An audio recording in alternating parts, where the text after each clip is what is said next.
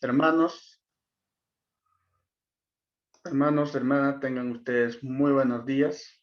Primeramente quiero agradecer a todas las hermanas por todos los saludos por este día tan especial que es Día del Padre, y también aprovechar para poder hacerles llegar un saludo a todos los papás, a todos nuestros hermanos que Dios nos ha dado la bendición de ser padres. Un feliz día, que lo pasen muy bonito y que Dios les bendiga a cada uno de ustedes. Continuando con nuestro estudio, hoy vamos a estudiar sobre los apóstoles, lo que es la vigencia, el inicio de la vigencia de los apóstoles. ¿Desde qué momento inician su ministerio como apóstoles? Para lo cual quiero pedirles por favor que me acompañen en una oración. Vamos a dirigirnos a nuestro Señor en una oración. Gracias, Padre, por encontrarnos reunidos a tus hijos en este día, primer día de la semana. Gracias, Señor, por cuidarnos, protegernos, por guiarnos, por tus bendiciones, Señor. Por todo te agradecemos, Padre. Padre, en este momento te pedimos que bendigas a todos mis hermanos que se encuentran presentes a través de este medio, prestos para poder escuchar tu Sagrada Escritura, tu palabra, Padre Dios mío. Y te pido, Señor, que los abres la mente, el corazón, para que puedan entender tu Sagrada Escritura, Señor. Padre, y también te pido que me utilices a tu Hijo como instrumento tuyo, Señor, para poder transmitir a mis hermanos las enseñanzas que tú quieres que se transmita, Padre Dios mío. Utilízame, Padre, como instrumento tuyo y dejo este estudio en tus manos, Padre, para que se pueda hacer conforme a tu voluntad, Señor. Padre, todo eso te pido en el bendito nombre de tu Hijo amado, Señor Jesús. Amén. Eh, Hermanos, recordemos que estamos haciendo un estudio, ¿no? Todos los domingos sobre el ministerio de los apóstoles. Ya hemos estudiado, ¿no? ¿Qué significa, ¿no? La palabra apóstol, ¿no? Hemos hecho las definiciones. También hemos visto de que los apóstoles fueron elegidos por Jesús, ¿no? Con un propósito, ¿no? Hemos visto sus roles.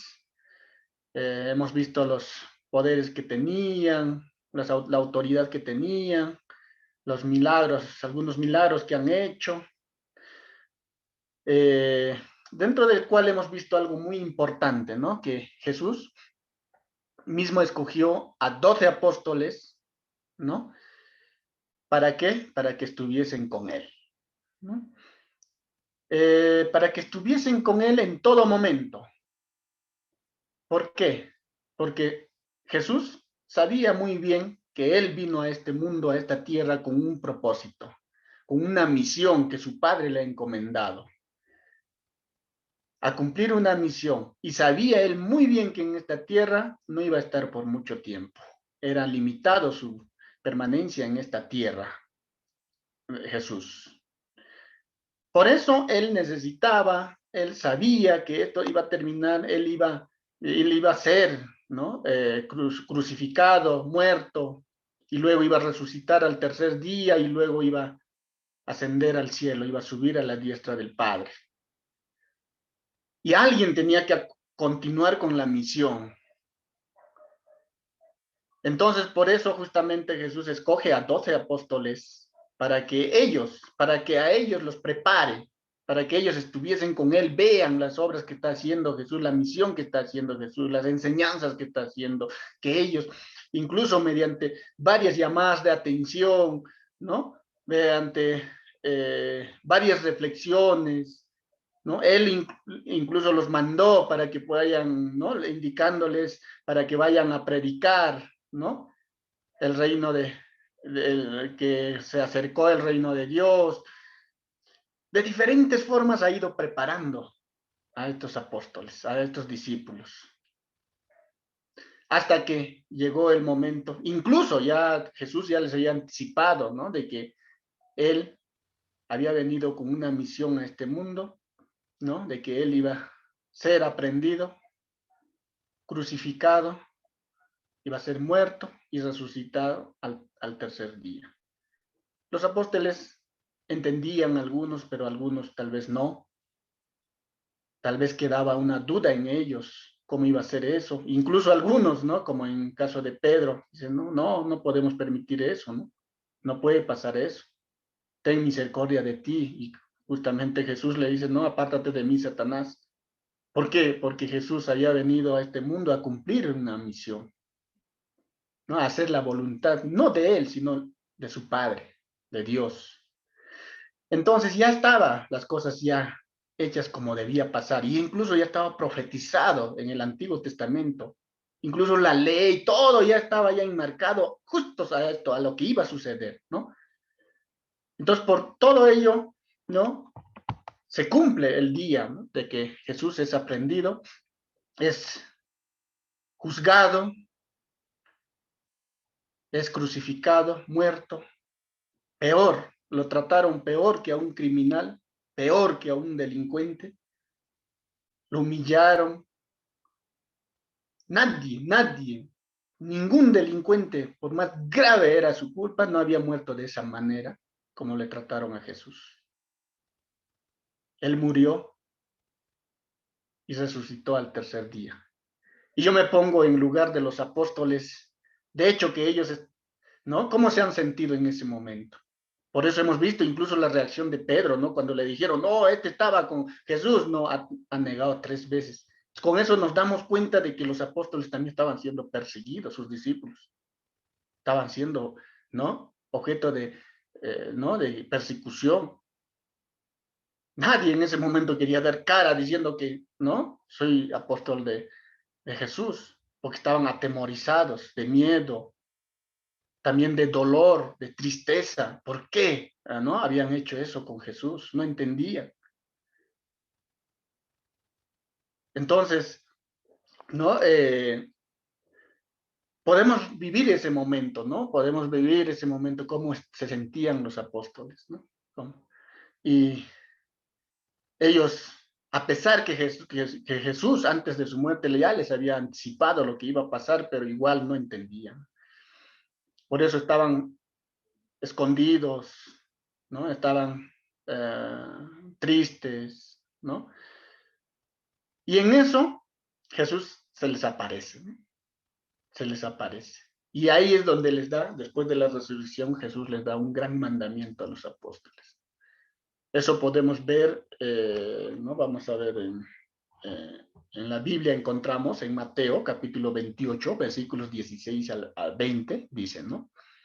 Mateo capítulo 28, versículos 16 al 20, dice, pero los 11 discípulos se fueron a Galilea, al monte donde Jesús les había ordenado, o sea, Jesús les había ordenado, ¿no? Que dónde debían ir y dónde iba a aparecer Jesús, que dónde se iba, que después de la resurrección Jesús se iba a manifestar con ellos, se iba a encontrar con ellos. Entonces, y cuando le vieron, le adoraron, pero algunos dudaban. Y Jesús se acercó y les habló diciendo, toda potestad me es dada en el cielo y en la tierra. Por tanto, id y haced discípulos a todas las naciones, bautizándolos en el nombre del Padre y del Hijo y del Espíritu Santo, enseñándoles que guarden todas las cosas que os he mandado. Y he aquí yo estoy con vosotros todos los días hasta el fin del mundo. Amén. También encontramos en Marcos 16, Marcos capítulo 16, versículos 15 al 18, que dice, y les dijo, id por todo el mundo y predicad el evangelio a toda criatura. El que creyere y fuere bautizado será salvo, mas el que no creyere será condenado. Y estas señales seguirán a los que creen. En mi nombre echarán fuera demonios, hablarán nuevas lenguas, tomarán en las manos serpientes y si bebieren cosa mortífera, no les hará daño. Sobre los enfermos pondrán sus manos y sanarán. Es la gran comisión que Jesús les da después de la resurrección.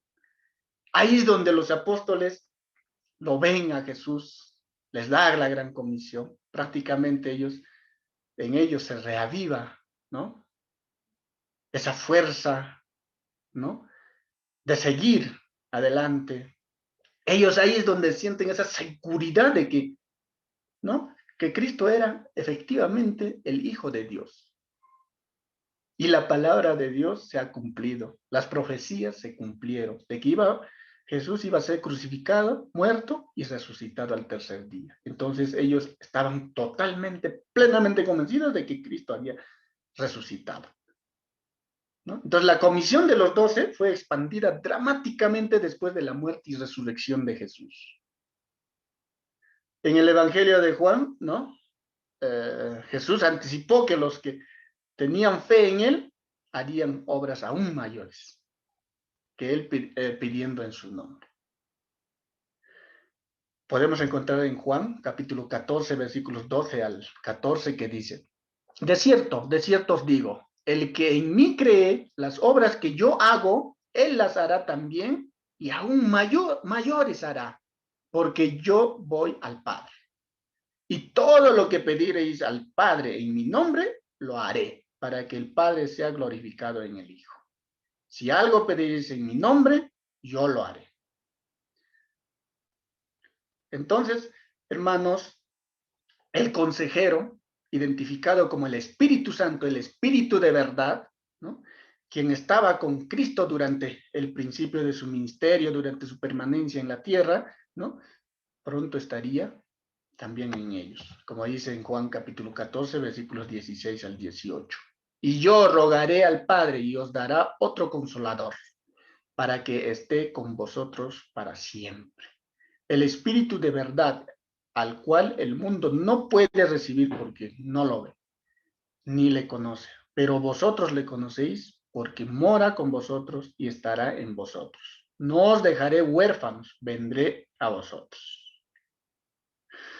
El Espíritu también les enseñaría, ¿no? Todas las cosas y les recordaría de todo lo que Él les había hablado. O sea, ellos no estarían solos. Por ejemplo, encontramos en Juan capítulo 14, versículo 26, ¿no?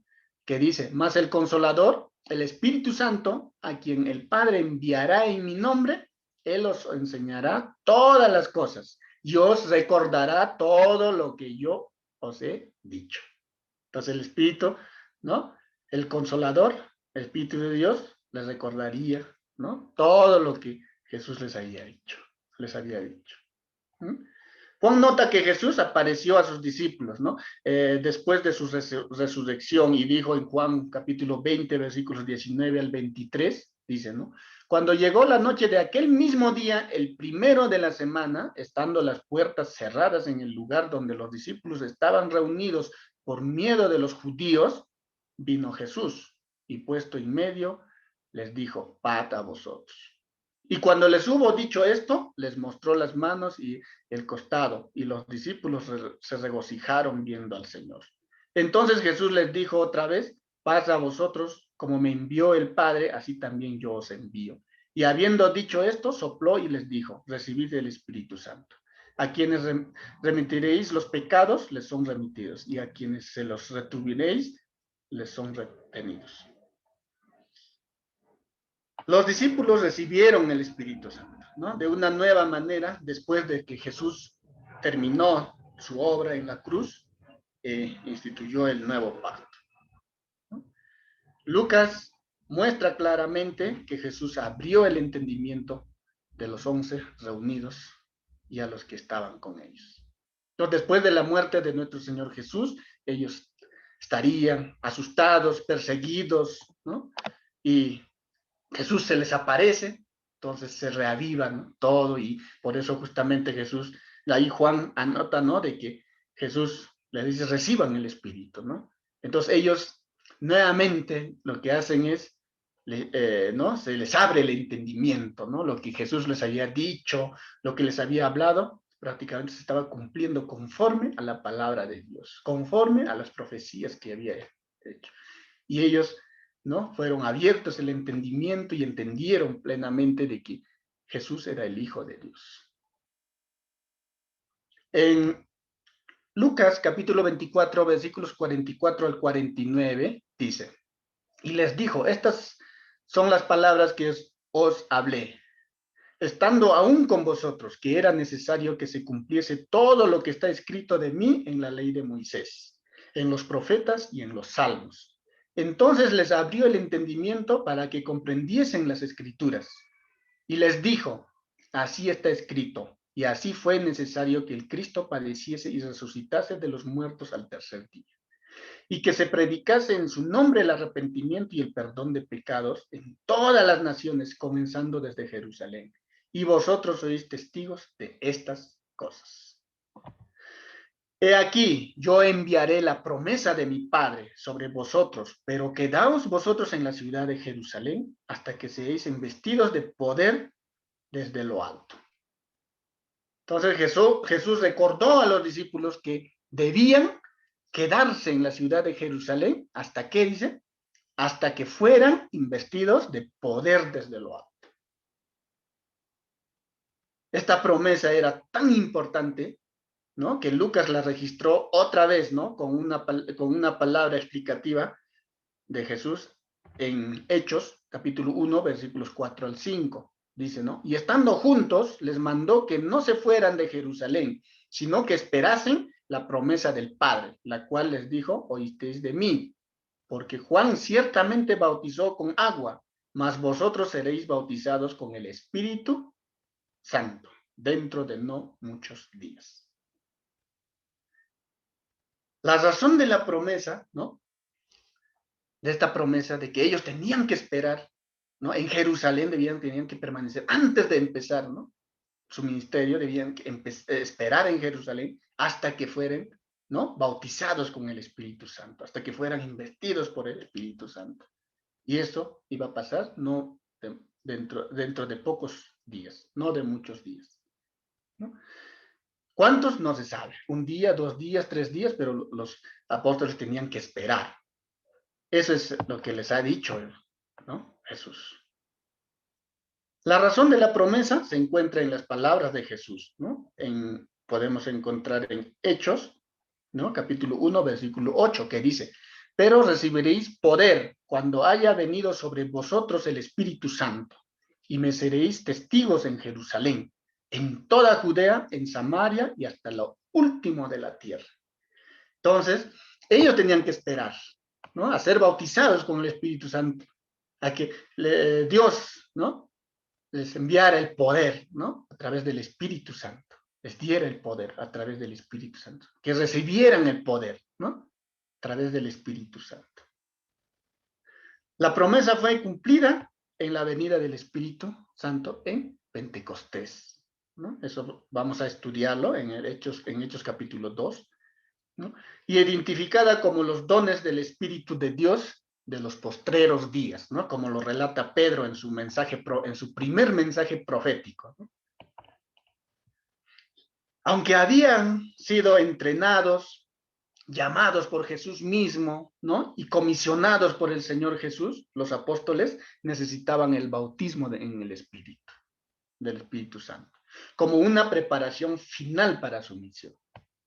Les fueron concedidos dones espirituales y el poder requerido para el ministerio apostólico. Antes, inseguros, inquietos, asustadizos, ¿no?, fueron transformados y vigorizados por el Espíritu Santo. Veamos entonces en Hechos capítulo 2, versículos 1 al 13, justamente la investidura con el Espíritu Santo, ¿no?, el día del cumplimiento de la promesa de Dios, ¿no?, el día que estaban esperando, que Jesús les había dicho que esperaran en Jerusalén.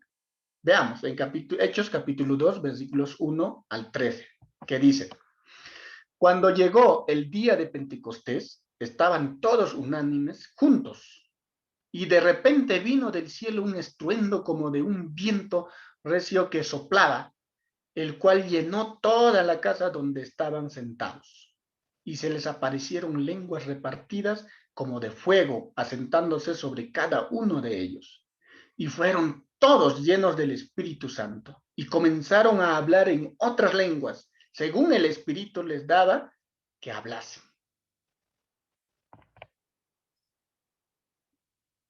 Acá vemos algo interesante, único que pasó en este momento, ¿no? Habla de cuando llegó el día de Pentecostés, ¿no?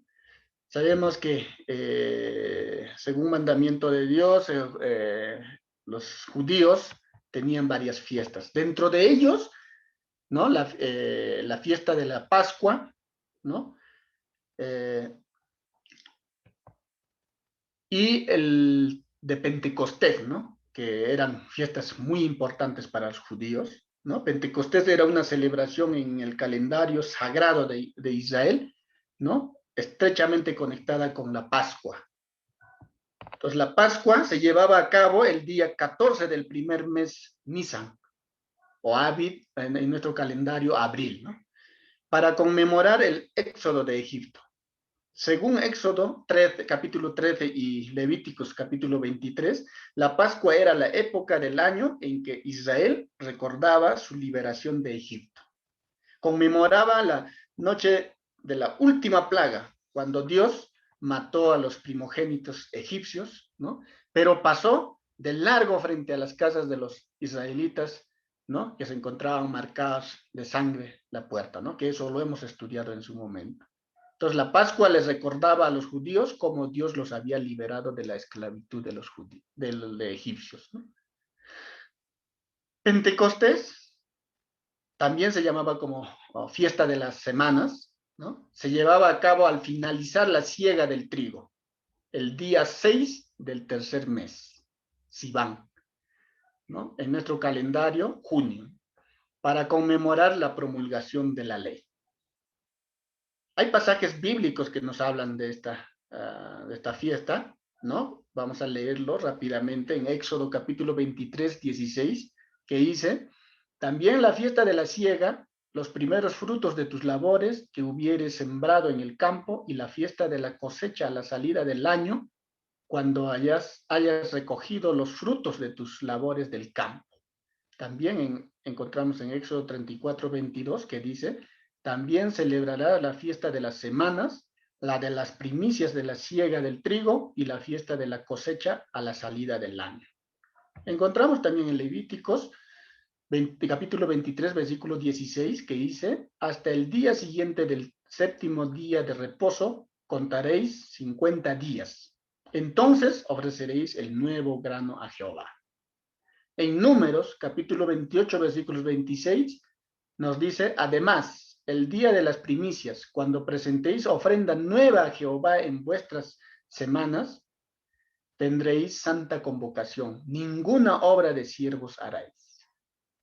Encontramos en Deuteronomio también, capítulo 16, versículo 10, que dice: y harás la fiesta solemne de las semanas a Jehová tu Dios. De la abundancia voluntaria de tu mano será lo que dieres, según Jehová tu Dios te hubiere bendecido. Pentecostés era alrededor de 50 días después de la Pascua, en el tiempo de la primera cosecha, ¿no? Originalmente celebrada el sustento de Dios en la tierra prometida. En dicha ocasión, los israelitas ofrendaban los primeros frutos de su cosecha como gratitud por los granos que esperaban cosechar ese año. Además, ya en ese entonces, en tiempo de Cristo, ¿no? En el Nuevo Testamento, ¿no? En la celebración de Pentecostés, los judíos recordaban también que Dios les había dado la ley de Moisés. El derramamiento del Espíritu Santo en esta ocasión, ¿no? Que estaba sucediendo, fue muy significativo, ¿no? Para la iglesia primitiva. Porque además les recordaba la esperanza anunciada por el profeta Jeremías. No, escuchemos lo que escribió, ¿no? El profeta Jeremías en Jeremías capítulo 31, versículo 33, ¿no? Dijo: pero este es el pacto que haré con la casa de Israel después de aquellos días, dice Jehová: daré mi ley en su mente y la escribiré en su corazón, y yo seré a ellos por Dios y ellos me serán por pueblo. La escritura de la ley en el corazón fue una obra del Espíritu de Dios, prometida en el Antiguo Testamento y cumplida en el Nuevo Testamento. Con este trasfondo del Antiguo Testamento, el derramamiento del Espíritu en el día de Pentecostés fue particularmente significativo para la iglesia cristiana, para la iglesia primitiva. El sacrificio de Jesús en la cruz ocurrió durante la fiesta de la Pascua. Él murió como el último cordero pascual, ¿no? Asegurando para el pueblo de Dios la liberación de la esclavitud del pecado y de la muerte. Tal como lo expresa Pablo en 1 Corintios capítulo 5, versículo 7, ¿no? Que dice, limpiaos pues de la vieja levadura, para que seáis nueva masa, sin levadura como sois, porque nuestra Pascua, que es Cristo, ya fue sacrificada por nosotros. A la luz de esto, no es sorprendente que el derramamiento del Espíritu haya ocurrido en Pentecostés.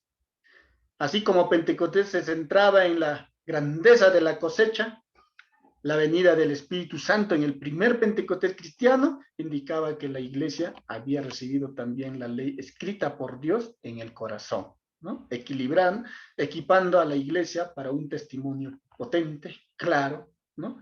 Tal como Pablo lo señala en Romanos capítulo 8, versículos 23, ¿no? Que dice, y no solo ella, sino que también nosotros mismos, que tenemos las primicias del Espíritu.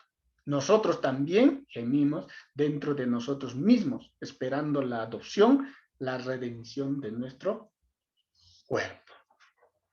Cuando llegó el día de Pentecostés, entonces era ¿no? 10 días después de que Jesús ascendió al cielo, ¿no? 50 días después de que Jesús resucitó. Cuando Lucas escribió su relato sobre el derramamiento del Espíritu Santo, enfatizó su relación con Pentecostés para indicar la gran trascendencia de lo que había sucedido. No fue un suceso común, ¿no? Ni siquiera un milagro, ¿no? Entre muchos otros que había pasado. El don del Espíritu Santo en Pentecostés dio comienzo a la gran cosecha de la salvación y la transformación interna del pueblo de Dios para el establecimiento del reino mesiánico de Dios. Eso, ¿no? Donde la iglesia recibió el Espíritu de la gracia en su plenitud, marcando así el origen de la iglesia de Cristo. Luego nos dice la palabra, ¿no? Estaban todos unánimes juntos. Los apóstoles estaban, ¿no? Todos unánimes, juntos, ocupados en sus devociones, acostumbradas y esperando de acuerdo con sus instrucciones hasta que fueran bendecidos con una investidura particular de poder de Dios, ¿no? Un poder de lo alto. Y también nos dice en el pasaje, ¿no? Que de repente vino del cielo un estruendo como de un viento recio que soplaba, el cual llenó toda la casa donde estaban sentados, ¿no? Esta sola línea nos dice mucho de cómo el Espíritu Santo se mueve, ¿no? A veces Dios se mueve de repente, ¿no? Era real, aunque no se podía tocar, vino por los oídos, ¿no? Un estruendo. No era de la tierra, ni creado o manipulado o hecho, ¿no? Aquí, sino era que venía del cielo. Lleno, dice, ¿no? De fuerza, viniendo con gran poder. O sea, ¿no? Que dice que con un viento recio, ¿no? Y se les aparecieron lenguas repartidas como de fuego.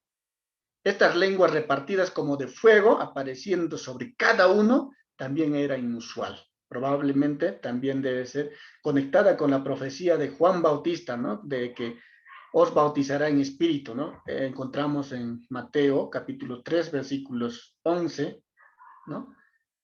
Yo a la verdad os bautizo en agua para arrepentimiento, pero el que viene tras de mí, cuyo calzado yo no soy digno de llevar, es más poderoso que yo. Él os bautizará en Espíritu Santo y fuego. También en Lucas capítulo 3, versículo 16, encontramos lo mismo, ¿no? Respondió Juan diciendo a todos, yo a la verdad os bautizo en agua, pero viene uno más poderoso que yo, de quien no soy digno de desatar la correa de su calzado. Él os bautizará en el Espíritu Santo y fuego, ¿no? Justamente Juan ahí está refiriendo a Jesús, ¿no? A Cristo. La idea atrás de la imagen de fuego usualmente es la purificación, ¿no? Como un refinador, ¿no? Un refinador, ¿no? Usa fuego para poder purificar, por ejemplo, el oro, ¿no?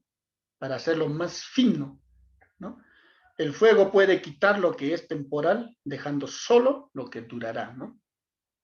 Es cierto, en ciertos lugares en el Antiguo Testamento encontramos también, ¿no? De que Dios muestra, ¿no? Su complacencia, muestra de que cuando se ofrecía sacrificio, él mismo, ¿no? Lanzaba fuego. Vemos también en el Antiguo Testamento de que él con fuego se manifestaba, ¿no?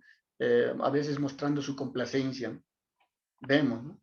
Entonces, justamente acá también vemos la experiencia de los seguidores de Jesús. El día de Pentecostés es otro ejemplo de Dios enviando fuego del cielo para mostrar su complacencia y poder, ¿no? Pero esta vez descendió sobre sacrificios vivos, como dice en Romanos 12:1, ¿no? Romanos capítulo 12, versículo 1 dice, así que, hermanos, os ruego por las misericordias de Dios, que presentéis vuestros cuerpos en sacrificio vivo, santo, agradable a Dios, que es vuestro culto racional. Por eso dice lo que hemos leído, ¿no? Asentándose sobre cada uno de ellos, ¿no? El Espíritu Santo se asentó sobre cada uno de ellos, ¿no? La palabra asentándose tiene una fuerza notable en el Nuevo Testamento, ¿no? Lleva la idea de una preparación completa y cierta, permanencia de posición y condición. Bajo el viejo pacto, el Espíritu Santo ¿no? descansó sobre el pueblo de Dios, ¿no? Sobre el pueblo de Israel más como una nación, ¿no? Eso es Israel. Pero bajo el nuevo pacto, el Espíritu Santo descansó sobre el pueblo de Dios como individuales, a cada uno de ellos, ¿no? En forma individual. Las lenguas de fuego asentándose sobre cada uno de ellos, ¿no? Este fenómeno extraño nunca había sucedido antes y nunca volvería a suceder ¿no? O registrada en la Biblia que después, ¿no? De esto. Era un suceso único, ¿no? Que estaba pasando. Y fueron todos llenos del Espíritu Santo. Esencialmente el viento recio que soplaba y las lenguas repartidas sobre cada uno de ellos como de fuego, ¿no? Eran solemnes, ¿no? Eran solamente un fenómeno, ¿no? Inusual y temporales, ¿no? Que acompañaban el verdadero regalo. ¿Cuál era? El ser llenos del Espíritu Santo. Eso era. Este advenimiento y llenamiento del Espíritu Santo fue tan bueno, tan esencial para la obra de la comunidad de los cristianos primitivos, que Jesús dijo que era mejor que él se fuera corporalmente de la tierra para que él pudiera enviar el Espíritu Santo, como dice en Juan capítulo 16, versículo 7, ¿no? Pero yo os digo la verdad, os conviene que yo me vaya, porque si no me fuera, el Consolador no vendría a vosotros, mas si me fuere, os lo enviaré. Luego nos dice en el pasaje que hemos leído, y comenzaron a hablar en otras lenguas, según el Espíritu les daba que hablasen. En respuesta al ser llenados del Espíritu Santo, ¿no? Comenzaron a hablar en otras lenguas. Esas eran lenguas que nunca les habían sido enseñadas, hablando según el Espíritu les daba que hablasen. Continuamos con la lectura en Hechos capítulo 2, versículos 1 al 13. Continuamos con los versículos 5 al 13. Moraban entonces en Jerusalén judíos, varones piadosos de todas las naciones bajo el cielo, y hecho este estruendo se juntó la multitud, y estaban confusos, porque cada uno les oía hablar en su propia lengua, y estaban atónitos y maravillados, diciendo, mira, ¿no son galileos todos estos que hablan? ¿Cómo pues les oímos nosotros hablar cada uno en nuestra lengua en la que hemos nacido? Partos, medos, elamitas y los que habitamos en Mesopotamia, en Judea, en Capadocia, en el Ponto y en Lacia, en Frigia y Panfilia, en Egipto y en las regiones de África, más allá de Cirene, y romanos aquí residentes, tanto judíos como prosélitos, cretenses y árabes, les oímos hablar en nuestras lenguas las maravillas de Dios. Y estaban todos atónitos y perplejos, diciéndose unos a otros, ¿qué quiere decir esto? Mas otros, burlándose, decían, están llenos de mosto, o sea, están ebrios, ¿no?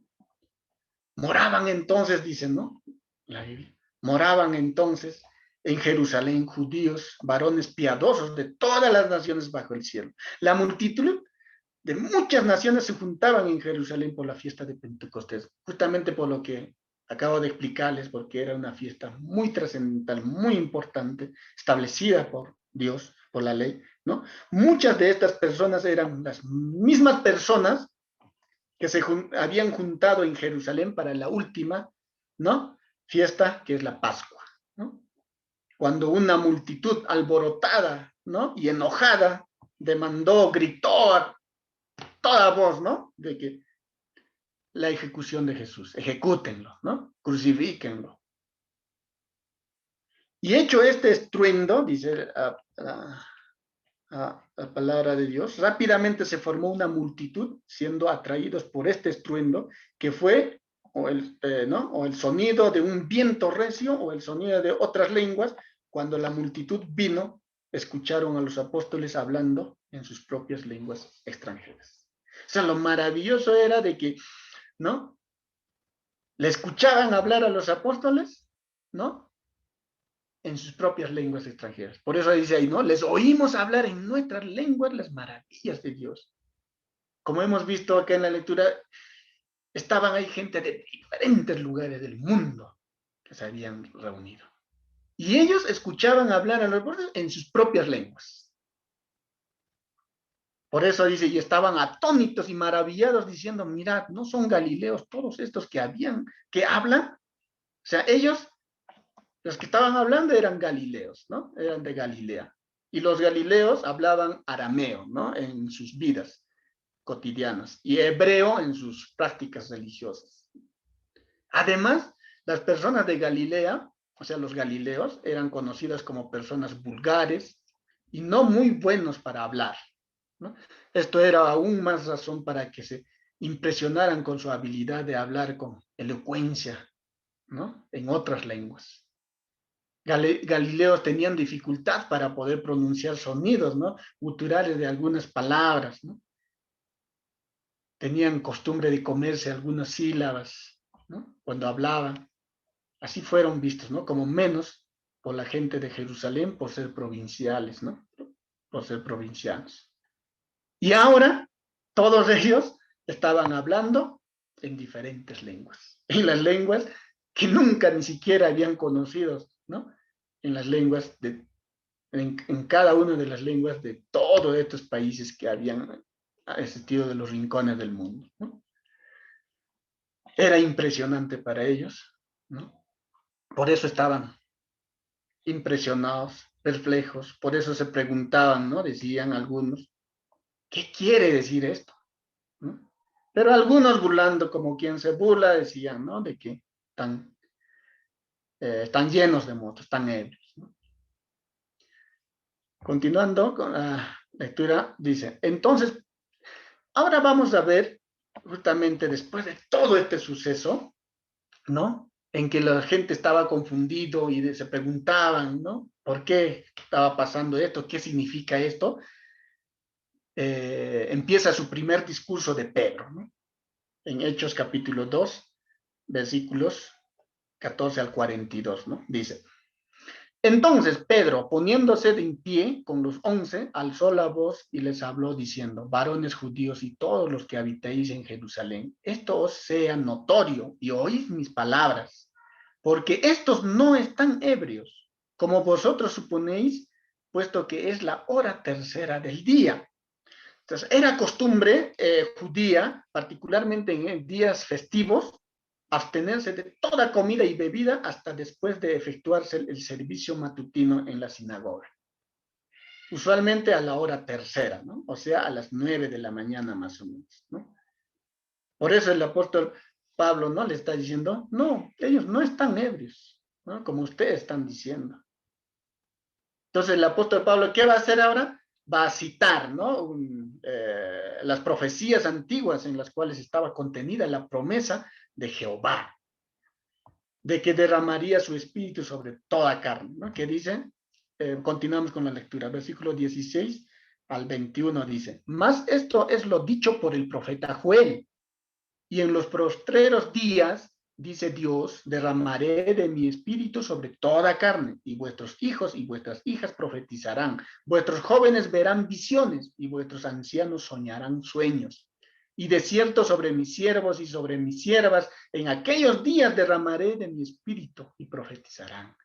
Y daré prodigios arriba en el cielo y señales bajo en la tierra, sangre y fuego y vapor de humo. El sol se convertirá en tinieblas y la luna en sangre antes que venga el día del Señor grande y manifiesto. Y todo aquel que invocare el nombre del Señor será salvo. ¿No? Acá Pedro está introduciendo el primero ¿no? de los tres pasajes de Joel, ¿no? Capítulo 2, versículos 28 al 32. ¿No? En los postreros días, dice Dios, ¿no? La idea de los postreros días es que son los tiempos del Mesías, ¿no? Abarca su humilde advenimiento y su regreso en gloria, ¿no? Porque Jesús ya había venido en humildad, ¿no? Nació en un pesebre, ¿no? En un establo, ¿no? Entendían que su regreso en gloria podía suceder en cualquier momento, ¿no? Eso justamente les está explicando, ¿no? Derramaré de mi espíritu sobre toda carne, ¿no? En usar la cita de Joel, Pedro explica que vieron estos observadores curiosos el Espíritu Santo derramando sobre la gente. No era de que ellos estaban ebrios, sino lo que vieron es el Espíritu Santo derramado sobre la gente, ¿no? Esto fue un glorioso énfasis en el Pentecostés, bajo el pacto antiguo, ¿no? Ciertas personas fueron llenados con el Espíritu en ciertos tiempos para propósitos específicos. Ahora, bajo el Nuevo Testamento, bajo el Nuevo Pacto, el derrame del Espíritu Santo es para todo aquel que invocare el nombre del Señor, aún siervos y siervas. Entonces, Pedro introduce el enfoque del sermón en Mesías resucitado, ¿no? Jesús Nazaret dice, ¿no? Varones israelitas, oíd estas palabras. Jesús Nazareno, varón aprobado por Dios entre vosotros con las maravillas, prodigios y señales que Dios hizo entre vosotros por medio de él, como vosotros mismos sabéis. Entonces, Pedro, entonces, osadamente testificó acerca de Jesús de Nazaret, ¿no? A quien él calificó de ser Jesús Nazareno, varón aprobado por Dios entre vosotros con las maravillas, prodigios y señales que Dios hizo entre vosotros por medio de él, como vosotros mismos sabéis, ¿no? Y recordándoles con sinceridad acusadora el terrible crimen del cual hasta cierto grado fueron cómplices, ¿no? Y continuamos con la lectura que dice, hasta a este, entregado por el determinado consejo y anticipado conocimiento de Dios, prendisteis y matasteis por manos de inicuos, crucificándole, al cual Dios levantó, sueltos los dolores de la muerte, por cuanto era imposible que fuese retenido por ella. Porque David dice de él, veía al Señor siempre delante de mí, porque está a mi diestra, no seré conmovido. Por lo cual mi corazón se alegró y se gozó mi lengua, y aún mi carne descansará en esperanza, porque no dejarás mi alma en el Hades, ni permitirás que tu santo vea corrupción. Me hiciste conocer los caminos de la vida, me llenarás de gozo con tu presencia. Varones hermanos, se os puede decir libremente del patriarca David, que murió y fue sepultado, y su sepulcro está con nosotros hasta el día de hoy, pero siendo profeta, y sabiendo que con juramento Dios le había jurado que de su descendencia, en cuanto a la carne, levantaría al Cristo para que se sentase en su trono. Viéndolo antes, habló de la resurrección de Cristo, que su alma no fue dejada en el Hades, ni su carne vio corrupción. Justamente citando la inspirada exclamación del salmista, ¿no? que había cantado con júbilo, acento acerca del alma que no sería dejada en el infierno y de la carne que no vería corrupción, ¿no? Simón Pedro, en este caso el apóstol Pedro, mostró cómo se aplicaban estas escrituras al Cristo y afirmó intrépidamente, ¿no? Pablo ahí le estaba mostrando que David ya había hablado, y justamente todo eso es lo que David estaba manifestando, se estaban aplicando en este momento, ¿no? Por eso continúa diciéndoles, ¿no? A este Jesús resucitó Dios, de lo cual todos nosotros somos testigos. Así que, exaltado por la diestra de Dios y habiendo recibido del Padre la promesa del Espíritu Santo, ha derramado esto que vosotros veis y oís. Ha derramado esto que vosotros veis y oís. Pedro afirma que lo que la multitud veía era la obra de Jesús resucitado y ascendido, ¿no? Quien había enviado su Espíritu Santo sobre su iglesia. Continuando con la lectura, vemos, porque David no subió a los cielos, pero él mismo dice, dijo el Señor a mi Señor, siéntate a mi diestra, hasta que ponga a tus enemigos por estrado de tus pies. Sepa pues ciertamente toda la casa de Israel que a este Jesús, a quien vosotros crucificasteis, Dios le ha hecho Señor y Cristo. El sermón concluye, ¿no? Con un resumen, simplemente, todo Israel debe saber que aunque ellos crucificaron a Jesús, Dios lo ha declarado Señor y Cristo. Es como si Pedro dijera, ¿no? Todos ustedes se equivocaron, ¿no? En cuanto a Jesús, lo crucificaron como si fuera un criminal, pero por su resurrección, Dios probó que Él sí es el Señor y el Mesías. Como sabemos que justamente los sacerdotes, los escribas, no aceptaban que Jesús era ¿no? Que Jesús era el Hijo de Dios, el Mesías que había venido a este mundo, que estaba profetizado que Él iba a venir. Ellos no aceptaban, por eso justamente a fin de silenciar todo, ¿no? Le acusaron de que Él era un impostor, ¿no? Y por eso justamente lo crucificaron, lo mataron, y por eso trataron de silenciar todo, y ellos pensaban, ¿no? Estas autoridades pensaban de que con la muerte de Jesús iban a terminar todo, y ahí iba a terminar todo de Jesús, se iba a olvidar. Pero no fue así. Con la muerte del Señor Jesús, prácticamente se estaba estableciendo un nuevo pacto. Con su sangre de nuestro Señor Jesús se estaba estableciendo un nuevo pacto que recién iba a empezar con toda fuerza. Y se estaba cumpliendo lo que decía la Escritura. Y justamente por eso acá Pedro dice, ¿no? Ciertamente toda la casa de Israel, que a este Jesús, a quien vosotros crucificasteis, Dios le ha hecho Señor y Cristo. Entonces está diciendo con la resurrección de nuestro Señor Jesucristo, está demostrado que efectivamente a quien ustedes lo han crucificado, le han acusado, le han matado, era el Señor y Cristo. Ustedes se equivocaron, cometieron un grave error. Entonces, ¿cuál fue la respuesta de la gente? Leamos la respuesta a lo que Pedro les estaba explicando. Al oír esto, se confundieron de corazón y dijeron a Pedro y a los otros apóstoles, varones hermanos, ¿qué haremos? Pedro les dijo, arrepentíos y bautícese cada uno de vosotros en el nombre de Jesucristo para perdón de los pecados y recibiréis el don del Espíritu Santo. Porque para vosotros es la promesa y para vuestros hijos y para todos los que están lejos, para cuantos el Señor nuestro Dios llamare. Y con otras muchas palabras testificaba y les exhortaba diciendo, sed salvos de esta perversa generación. Así que los que recibieron su palabra fueron bautizados y se añadieron aquel día como 3,000 personas y perseveraban en la doctrina de los apóstoles, en la comunión unos con otros, en el partimiento del pan y en las oraciones. Esto da fe de que su conversión fue genuina, ¿no? La respuesta fue de que, ¿no? Se arrepintieron y aquel día se convirtieron como 3,000, ¿no? Se añadieron como 3,000.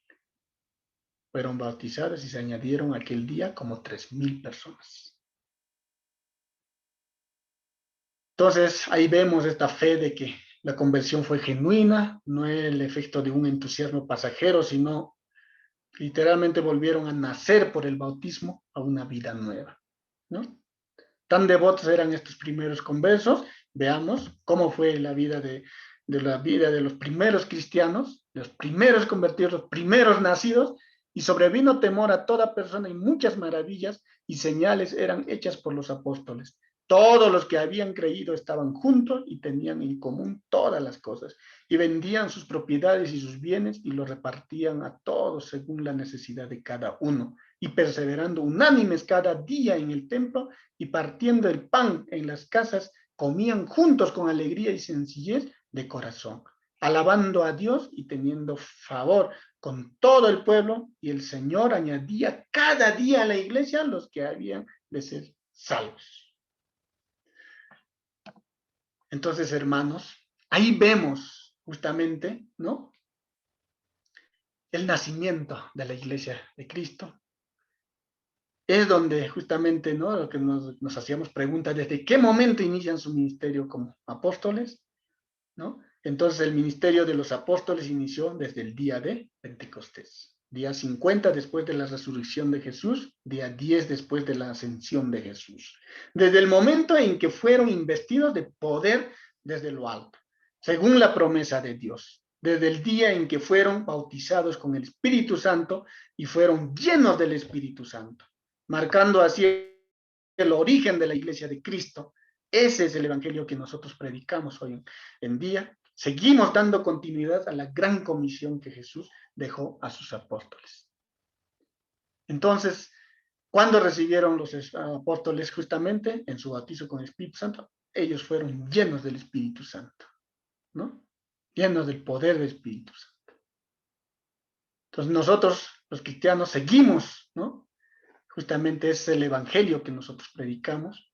Y cuando nosotros recibimos, hemos recibido nosotros, como iglesia de Cristo, hemos recibido el Espíritu Santo, porque sabemos que el Espíritu Santo es el que mora en nosotros, y el Espíritu Santo es el que nos guía, nos da entendimiento, nos abre entendimiento, nos hace, porque si fuéramos así, no, humanamente no vamos a poder entender las Sagradas Escrituras, lo que está escrito en la Biblia. No vamos a entender. El Espíritu Santo es lo que nos da discernimiento, el Espíritu Santo es el que nos guía, el Espíritu Santo es el que está con nosotros, ¿no?, obrando en nosotros. Lo único que tenemos que hacer nosotros es dejar que obre el Espíritu Santo en cada uno de nosotros. Y cuando recibimos eso, justamente cuando nosotros, ¿no?, reconocemos que somos pecadores, ¿no?, nos arrepentimos y nos bautizamos. Y en el día de nuestro bautizo hemos recibido el Espíritu Santo que mora en nosotros, en cada uno de nosotros. Ahora que solo depende de nosotros que dejemos actuar, ¿no?, al Espíritu Santo, que el Espíritu Santo actúe en cada uno de nosotros, plenamente, Espíritu de Dios. Queridos hermanos, que Dios les bendiga a cada uno de ustedes. Con esto hemos terminado nuestro estudio del día de hoy. Voy a dar pase a nuestro hermano Fabio para poder continuar con